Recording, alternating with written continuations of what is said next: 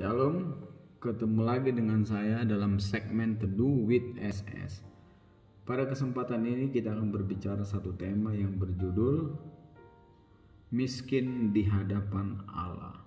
Kita baca satu ayat dalam Matius pasal yang kelima ayat yang ketiga. Saya akan bacakan. Berbahagialah orang yang miskin di hadapan Allah, karena merekalah yang mempunyai kerajaan surga. Kata berbahagialah dalam bahasa asli Alkitab ditulis dengan kata makarios.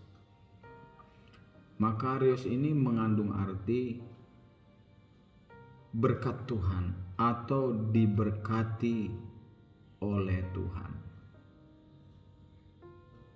Itu.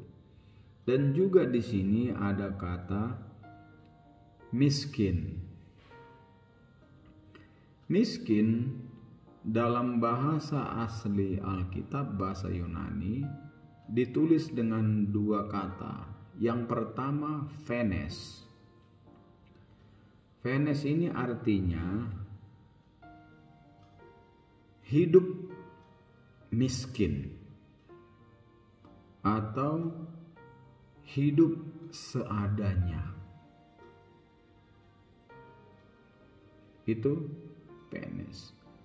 Sementara pengertian yang kedua yaitu petokos. Petokos itu artinya miskin semiskin-miskinnya, tidak mempunyai apa-apa.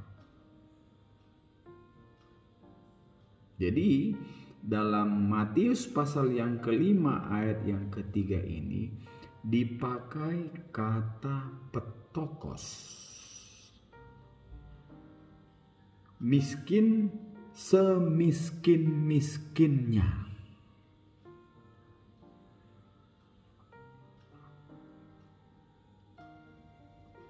Miskin semiskin-miskinnya di hadapan Allah.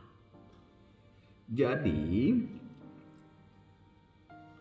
miskin di hadapan Allah, kata miskin dipakai di sini petokos semiskin-miskinnya.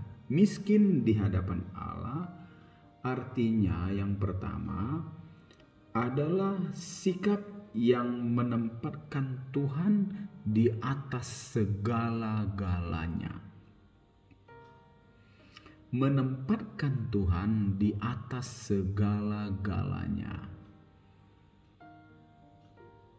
Jadi orang yang menempatkan Tuhan di atas segala-galanya, maka dia akan berbahagia atau diberkati.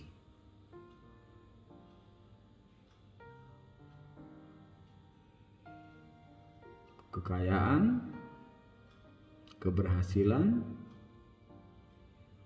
kesuksesan yang ada, itu semua adalah karena campur tangan Tuhan. Itu yang harus ada dalam pemikiran kita orang-orang percaya. Itu pengertian yang pertama. Pengertian yang kedua, miskin di hadapan Allah adalah bergantung sepenuhnya kepada Tuhan.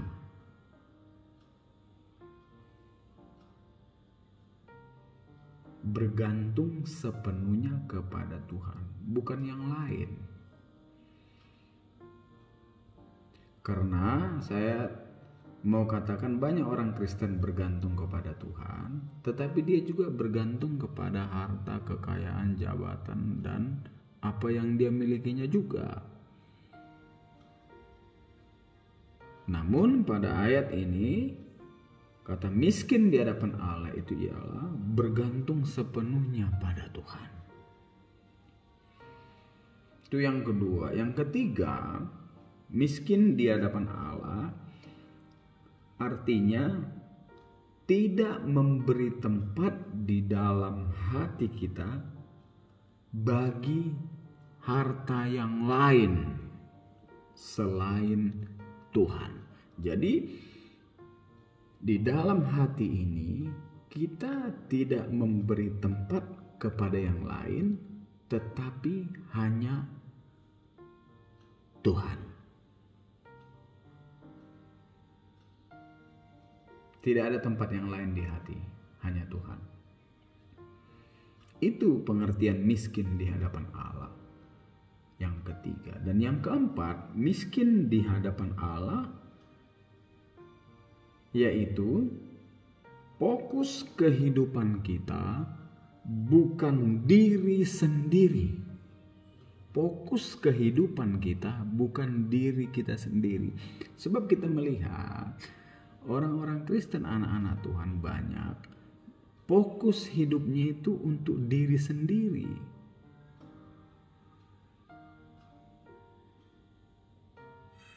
Banyak. Tetapi miskin di hadapan Allah yang keempat ini mengandung arti fokus kehidupan kita bukan diri kita sendiri, tetapi Tuhan dan sesama.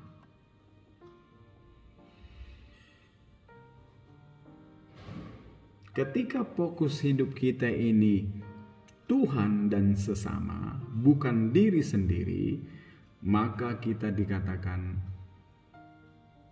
miskin di hadapan Allah. Itu pengertian daripada miskin di hadapan Allah. Kita ini tidak ada apa-apanya di hadapan Tuhan. Kalaupun kita ada sebagaimana kita ada sampai hari ini, itu semua karena berkat kasih dan kemurahan Tuhan. Konsep inilah yang harus ada dalam diri kita orang percaya. Ketika ini konsep ada dalam diri kita orang percaya, maka firman Tuhan dalam Matius 5 ayat yang ketiga dikatakan, berbahagialah orang yang miskin di hadapan Allah. Saya sudah uraikan tadi, miskin di hadapan Allah, karena merekalah yang mempunyai kerajaan sorga.